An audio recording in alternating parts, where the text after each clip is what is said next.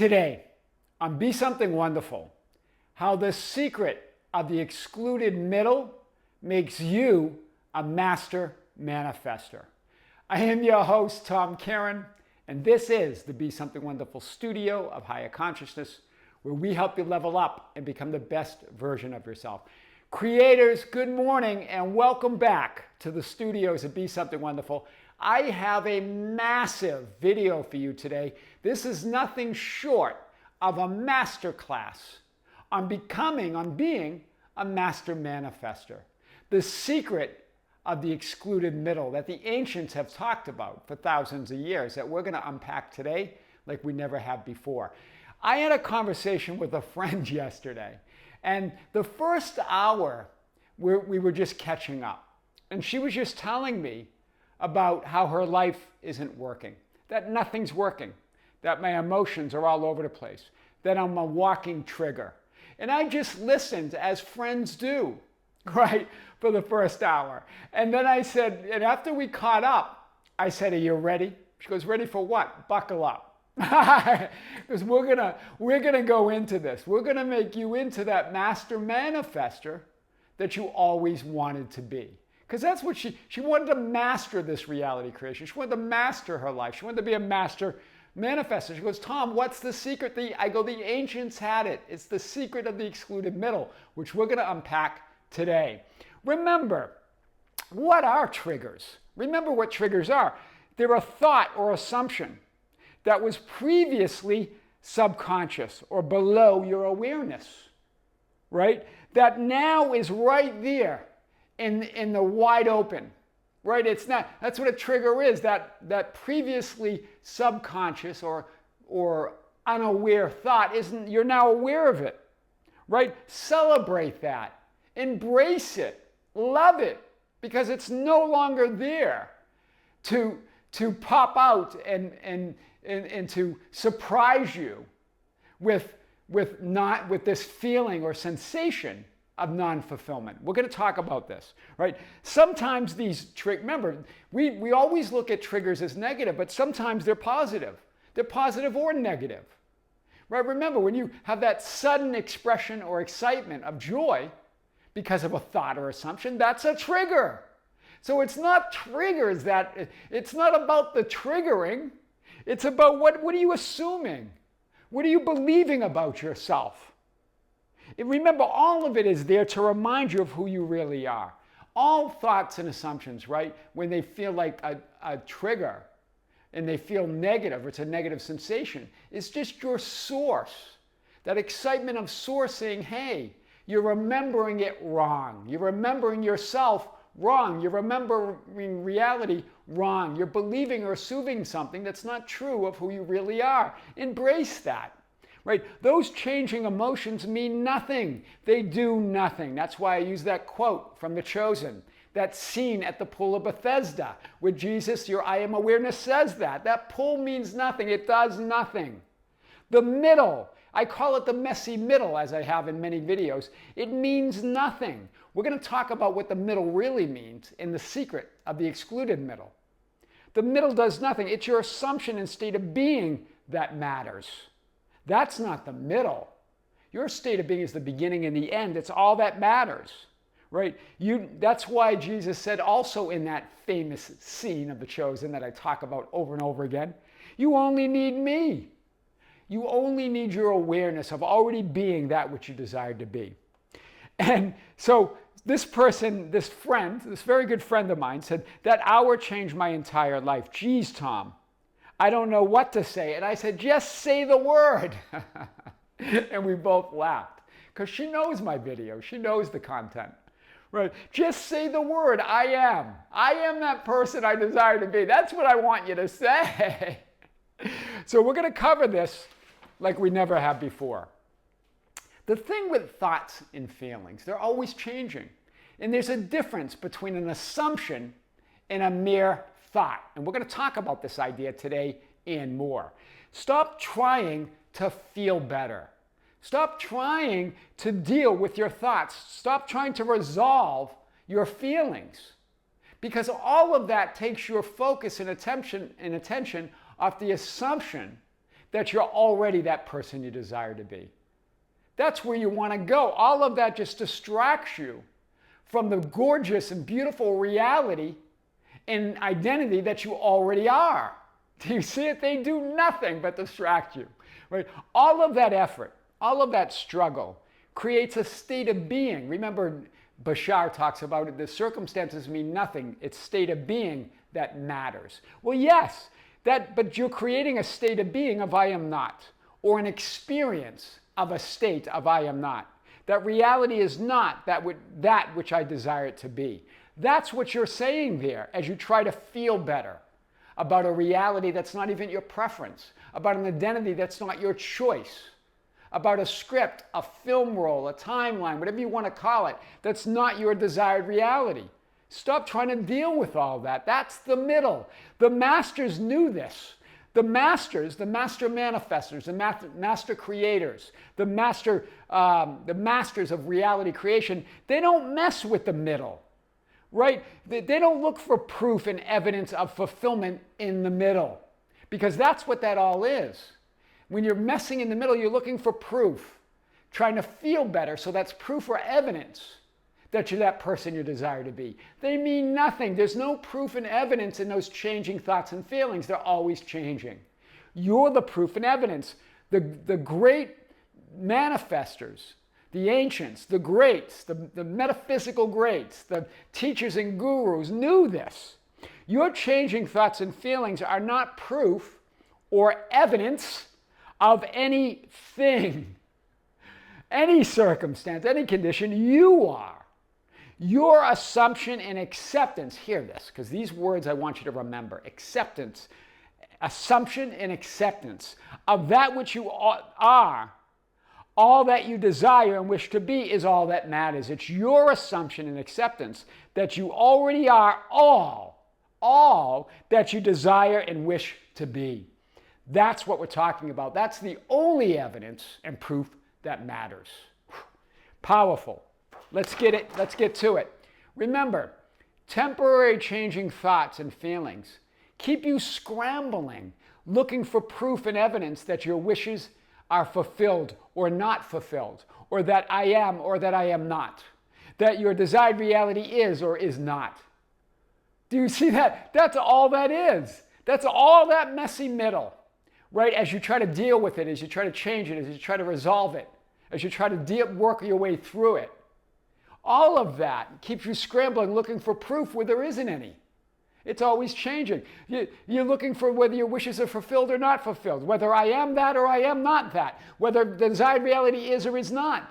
As you struggle and try to resolve, try to deal with, try to change, try to fix, or even try to get rid of those changing seen and unseen conditions and circumstances, right? The manifested seen conditions and the unseen thoughts and feelings, right? That you struggle there. You're trying to look for proof as you struggle to try to resolve all this. The master manifestors don't mess around in the middle. Do you see this? They assume, remember, we're going to talk about what an assumption is and what the difference is between that and a mere thought of what you want. Assume that they are, in reality, is what they desire and want it to be. And then they become the proof and evidence of their wishes fulfilled in that moment. That's what the masters do, right? But all of this other stuff, you're just struggling, trying to resolve and deal with and get rid of these changing seen and unseen conditions and circumstances. The masters don't mess in the middle. They exclude it entirely. Let's talk about this. So, the masters don't merely think and feel that they are who they desire to be and reality is what they want it to be. They assume it. They accept it as a fundamental truth of being, of who they are. That was the message in Scripture. I am that I am. I am who I am. Jesus talking, or God talking to Moses. Right? Moses saying, who shall I set me? I am who I am. I am that I am. They assume it and accept it. Again, these two words I want you to focus on today. Stay with me, right? Stay with me today. As a fundamental truth. right? Merely thinking and feeling it requires proof of fulfillment. Mere thoughts and feelings require proof. You're in the middle of non-acceptance and non-fulfillment. An assumption, on the other hand, is accepted as true or certain to happen without proof. That's the definition of an assumption. It's accepted as true and certain to happen without proof. It's an assumption. It's accepted as a fundamental truth. But otherwise, you're in the middle with those thoughts and feelings that require proof and evidence of fulfillment. You're in non-acceptance and non-fulfillment. Right? Remember, the ancients knew the secret, that they knew that looking for proof and evidence of your wishes fulfilled, in other words, dealing in the middle, makes no sense because the proof and evidence changes while you're looking at it. Quantum physics talks about this, right? The idea of entanglement, that everybody and everything is entangled. The idea of superposition,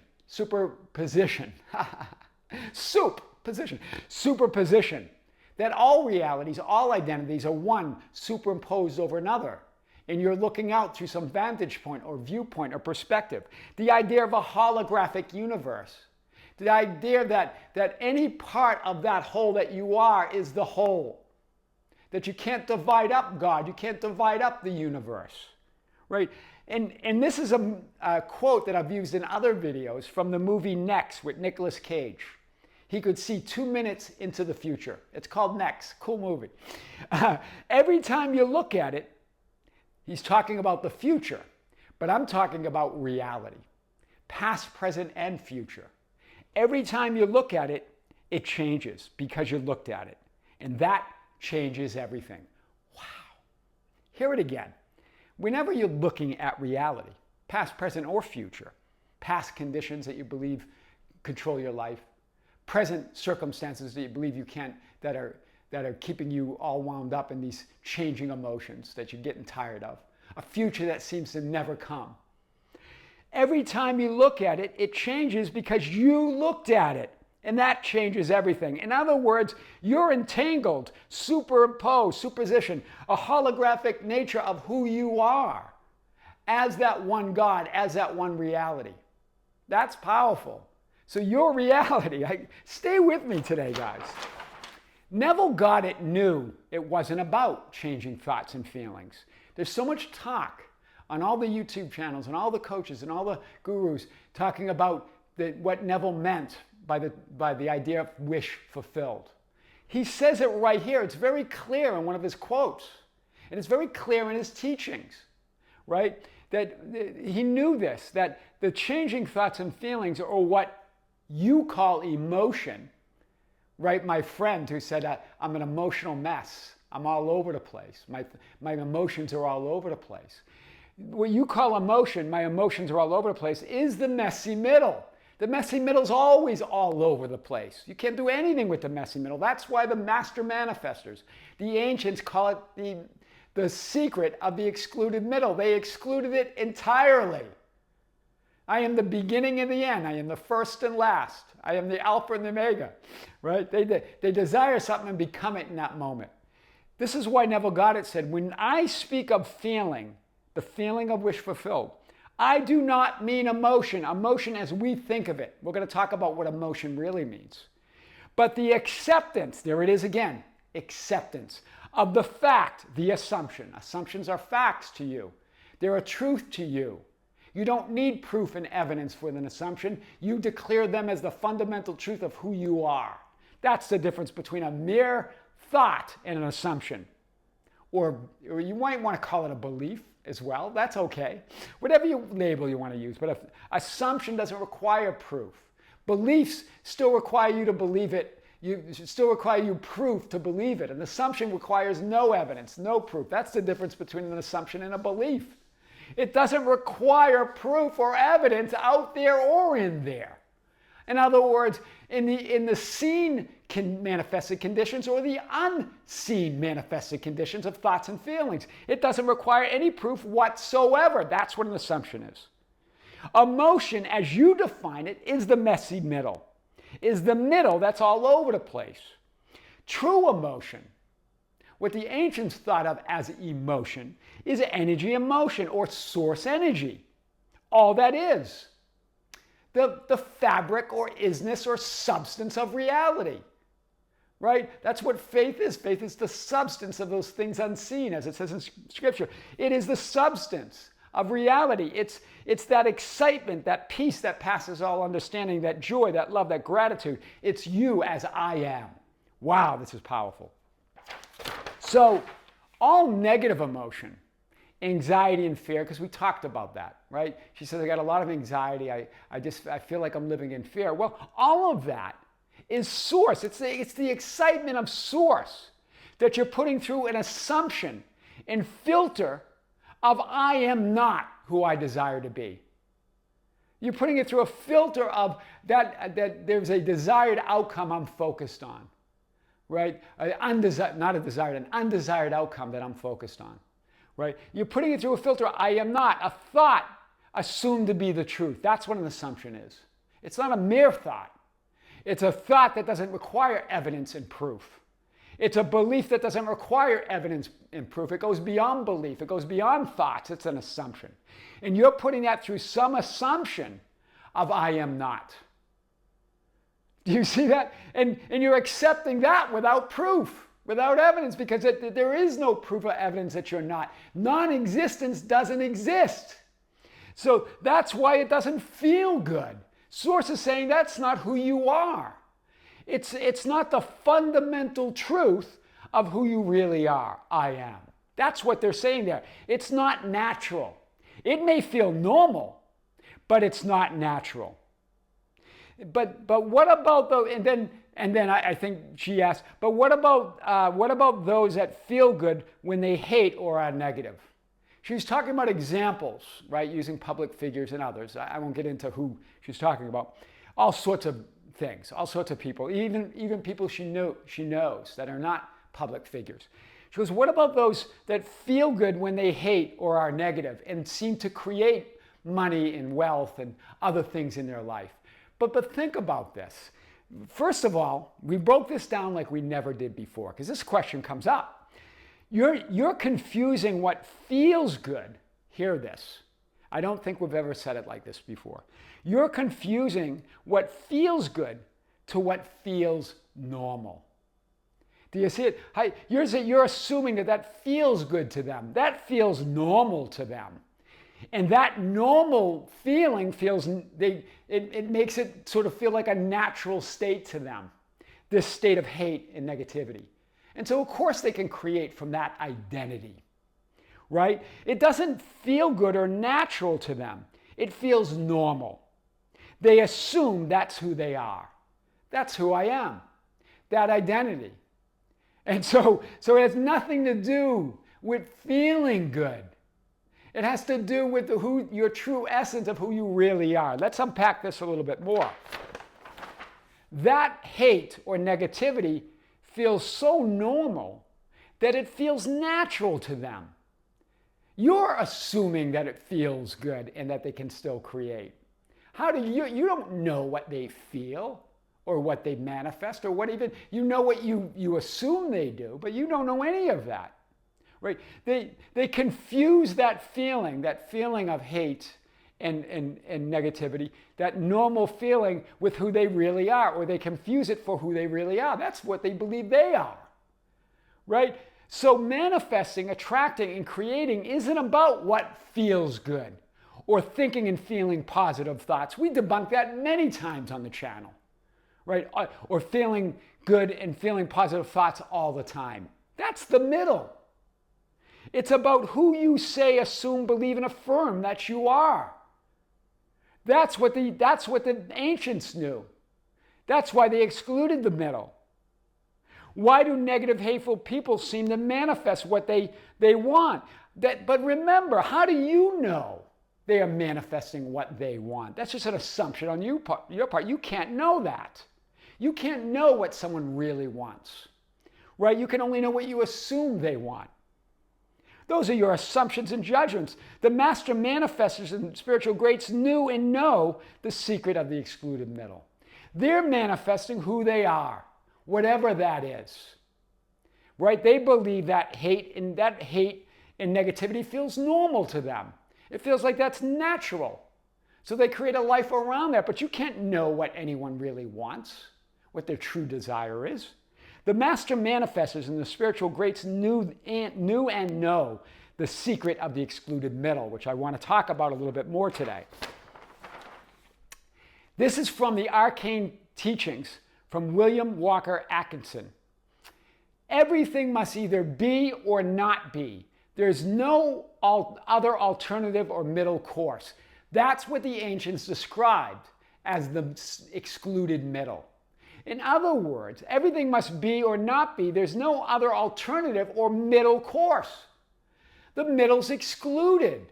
And here's the key.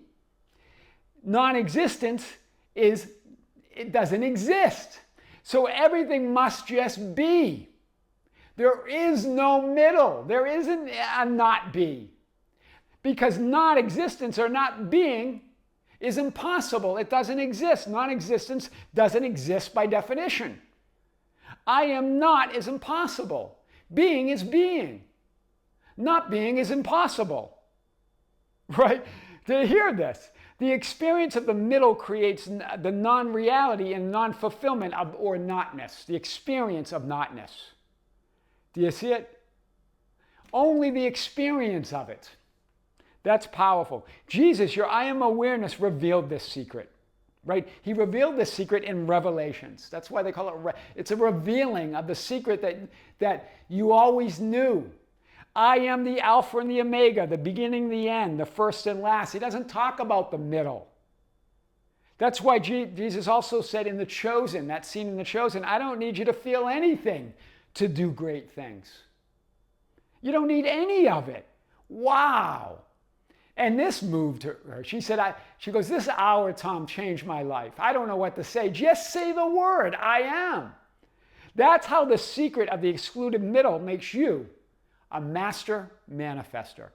I am your host, Tom Kearin, and this is the Be Something Wonderful studio of higher consciousness, where we help you level up and become the best version of yourself. Creators, thank you. Thank you for being with me. Thank you for liking and sharing and commenting on the videos.